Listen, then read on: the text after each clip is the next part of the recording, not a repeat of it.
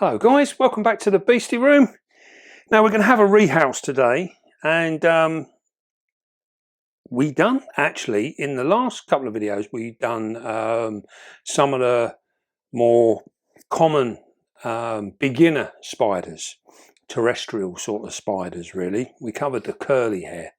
Now we're going to do a couple more of those as well as some of the others, because that seemed to go down really well, and people actually seem to have missed out on some of the real common stuff. So we're going to revisit some of them as well. But today we are going to do another spider, which I think is really a cool beginner spider, but it's an arboreal one.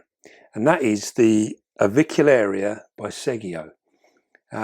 We have a young, well, sort of, probably half grown actually, individual that we had come in, and we decided to hang on to it. So we're going to house it in this 20 by 20 by 30 Exoterra here. Now, so what we'll do, we're going to set up its home, and then we'll get this spider out and we'll have a nice look at it, because they really are very pretty. Now, I think they make really good beginner arboreals. And there's a number of beginner arboreals that I think are worthy of a look, and I think what we'll do is we'll actually go through and we'll do a little thing where we can cover the majority of them, at least the ones that we've got anyway. Right, so what we're going to do, we are going to have a nice simple enclosures. You remember, we do like simple, don't we, love? Simple but pretty. Yeah. Just like... Careful. Careful. So we're going to put these pieces of bark in like this, and this is just literally going to give it two options really, two different places to choose from to go and hide. We better, let's get a bowl in there. I better get me, don't know why I've been struggling gluing these bowls in of late. Right, so I might have to just turn that away. Are we hot enough? Yeah, I think we're good to go. So we're gonna hot glue a nice big dollop of glue on there. Just remember, if you're going to use this stuff, it is bleeding hot. So I'm going to put that in there. Once I get that in, you can have a look. Remember, with a hot glue, once we add water to it, that is it. It goes off straight away, and it's perfectly safe. So all we do is we literally just soak all the way around it, and that will seal it, and that will make it nice and safe. So we can put our spiders straight in. It's also odorless as well, so we've got nothing to worry about there. We're going to put one of these palms in here as well. So I'm going to stick that in there.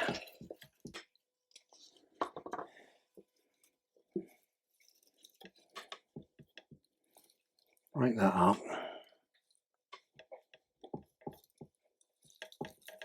Now, a few people have asked actually, why don't we use the clay balls anymore? And the real answer is that we haven't really done many builds that it's been absolutely necessary.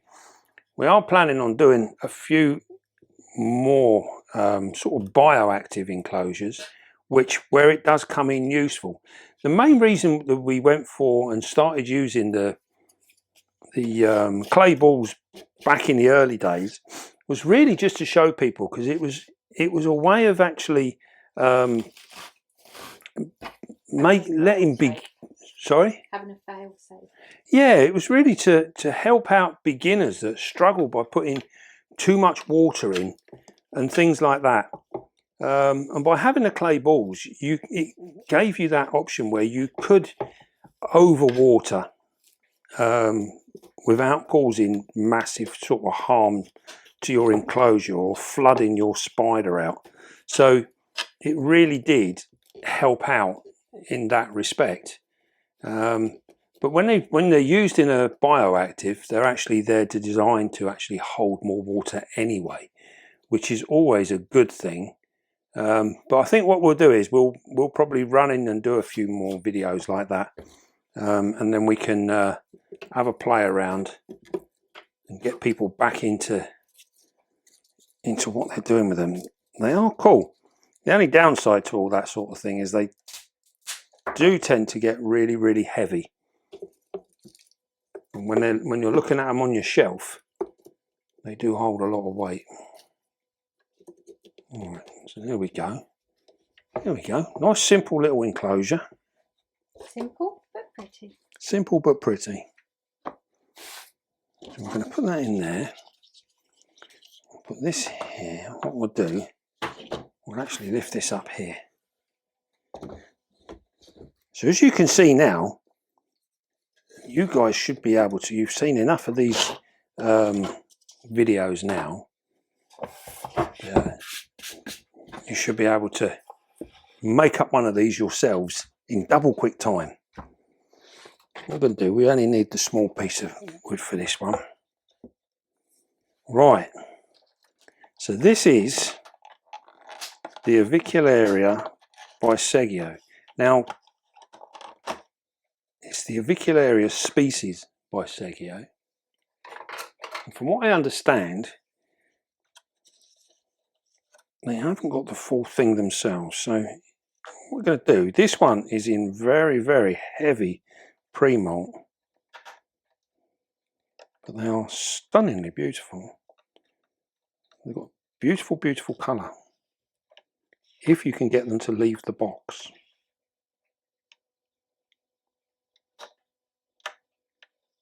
There we go. It's them toes, isn't it? Oh, the toes, yes, because they are a pink toe, and as you can see there, they have got these absolutely gorgeous, gorgeous pink toes. Now, hopefully the camera's picking it up, but these guys are a lovely sort of red colour. Maroon. And then you'll see, as you say, a maroon colour. They really are. And you'll see actually on the setae all over, it's almost like they're speckled in sort of like dust. Little tiny white specks everywhere. All over the ends of the setae is white. And this is what gives it that sort of furry look. Now these guys get up to like 5 inches or so. And they get a really, really woolly appearance. They really are quite a beautiful, beautiful spider. Do they sometimes get called the woolly one? They are sometimes known as the giant woolly, yes. Now they come in from Brazil, and as you can imagine, they absolutely love a bit of warmth, and they like a little bit of humidity. Now, one of the things that has often scared people with the Avix, because look, she's hunkering down now. What we're going to do, we're going to get her to move. You open yourself up, show yourself off. You really are a pretty spider. As you can see, they've got this real awkward sort of posture that they put. They will stick their bums up in the air, and they will fire poo at you. So they will turn around and try and poo on you. But they are generally a very, very docile spider.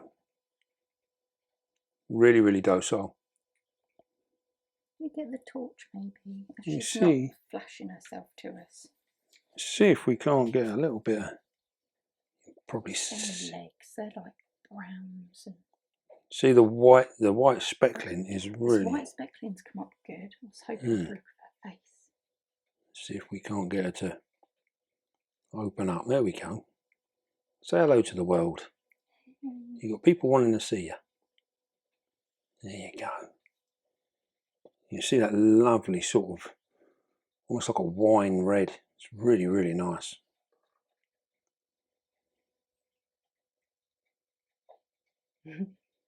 Tuck in again. Now, one of the things that, see how quick that was? They are very, very good at jumping.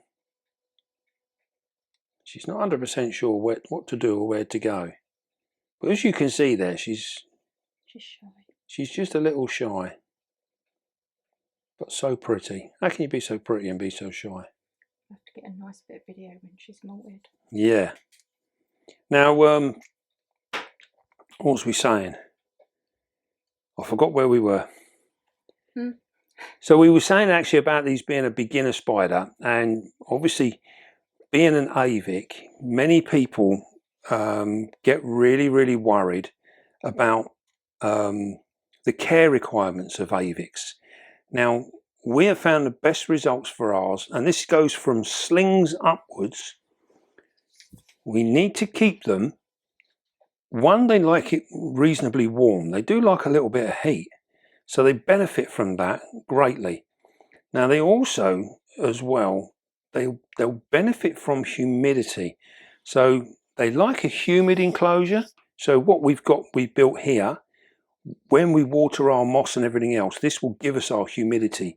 Behind the bark, which is where she's going to set up home, that remains dry. Now, one of the things that always crops up with avics of all descriptions is this business about cross ventilation.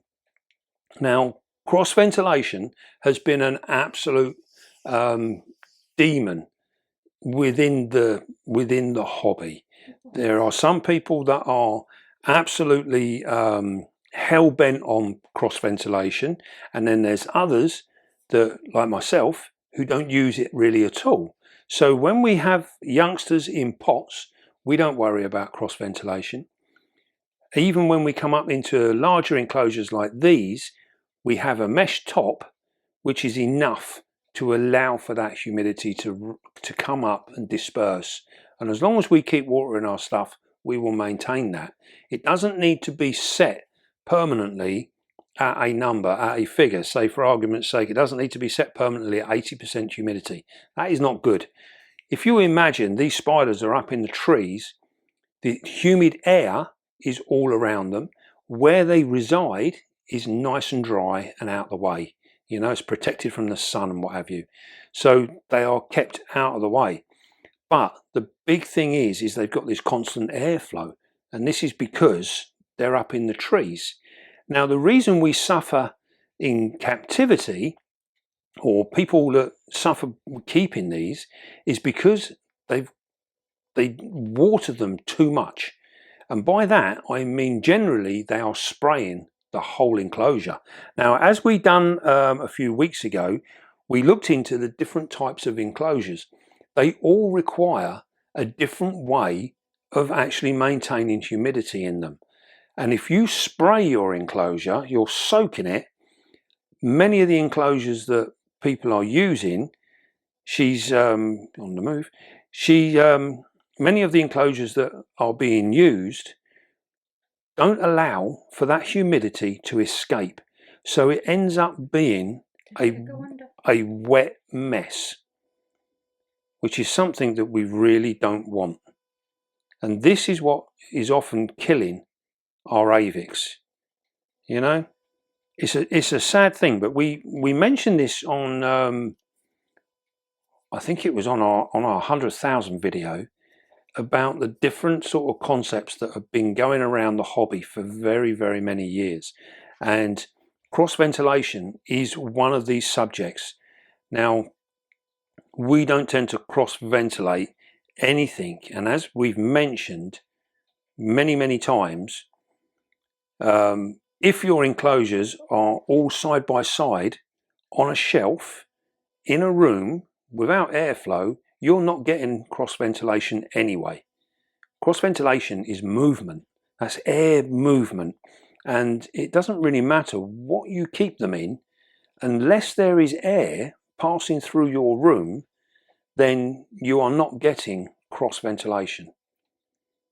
You will notice this if you've got enclosures where you've got multiple holes all down the sides in like a plastic enclosure. You see people drill holes, thousands and thousands of holes, and then they put loads and loads of holes in the top as well. And then you will quite often see there will be condensation either on the sides of the plastic or in the roof, on the lid of the enclosure. So if you've got something like this has got holes in it. If we were to overwater, this is for one of these tubs here. If we use these for growing on different things, and these are perfect for Avix.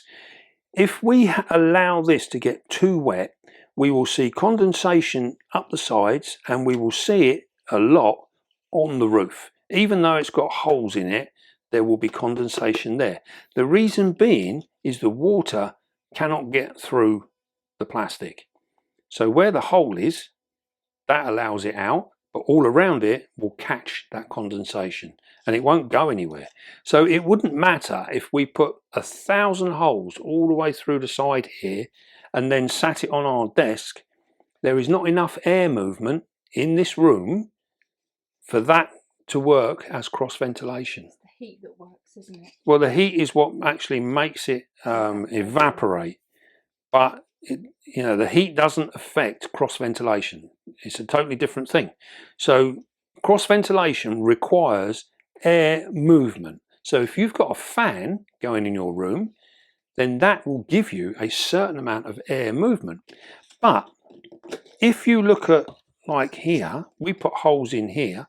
Obviously we can't have our holes too big because we might end up with an escape sling or whatever we were keeping in there. If it's small enough, it might crawl through the holes and disappear. So the fact that we only have very, very small holes also negates the fact that it's actually working to ventilate, if that makes sense. So, a lot of it is an absolute total waste of time.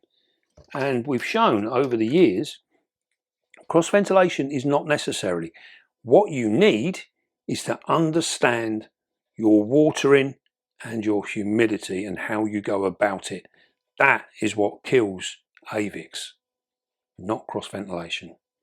So hopefully that has all made sense, and hopefully it will give you the confidence. Don't forget, if you're worried by how much your humidity is in your enclosure, you can always allow it to dry out. The humidity in the air around us, this is what counts. This is what's making the difference.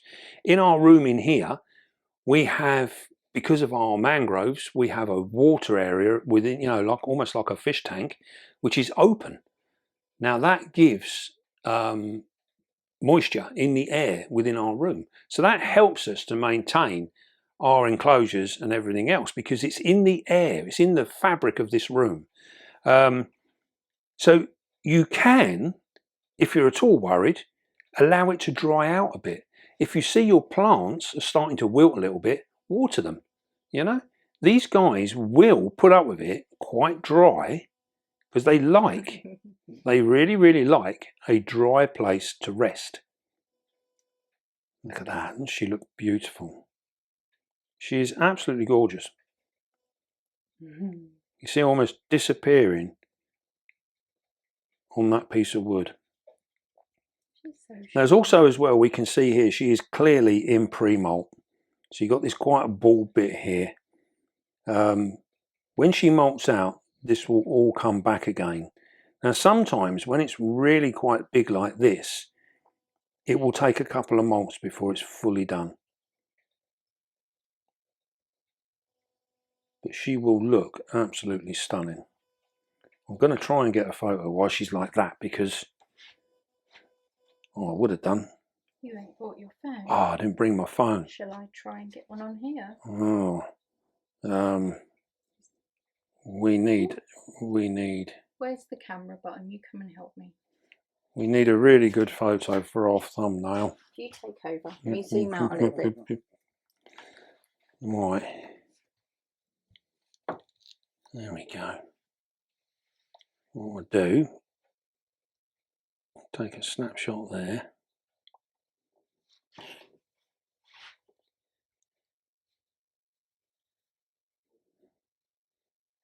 Try and catch them lovely pink toes. Hopefully we got one there.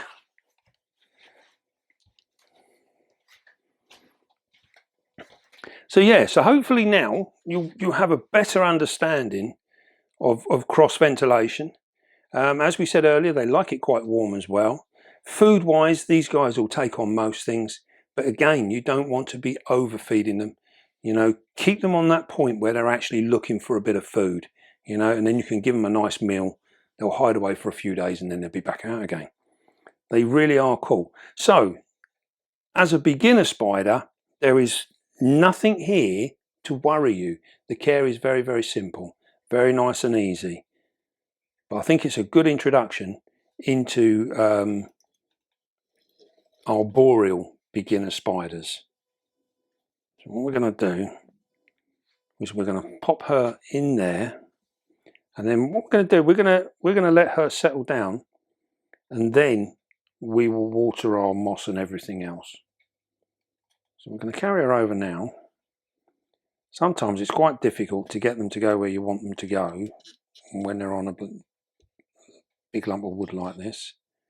So we're going to see if we can get her to go sidestep.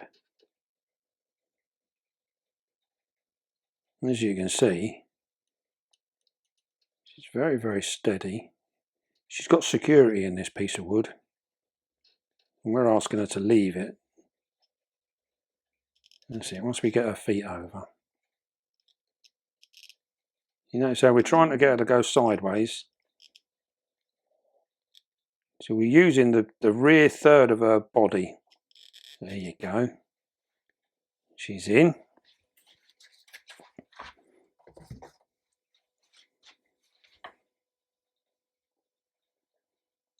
Doesn't she look lovely? She looks lovely, doesn't she?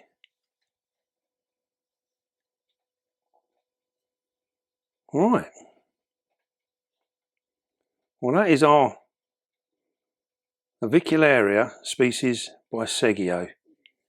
And she's now about to leave the room. So you can see where she goes. It's interesting to see. And look at that, you can see now where they find the darkness. And the darkness gives them security. Unless you turn it around like that and put the light back on. But you can see now when she's gone there. So we've got a backboard on here as well. This will also help her make her feel a little bit more secure as well. But generally speaking, these guys, once they're settled in, they're happy little spiders. And they will make a beautiful beginner spider. So we will cover a few more of the Avics because I think many of them are really, really good beginner spiders. And because they're so nice and gentle and everything else, it's, you know, you've got that added benefit that I'd hate to call them a friendly spider, but they are very, very subtle, very easygoing, nice and gentle. All right then. Well, I hope you enjoyed that. And don't forget, be calm, be gentle, and love your spider. And I'll see you all soon, guys.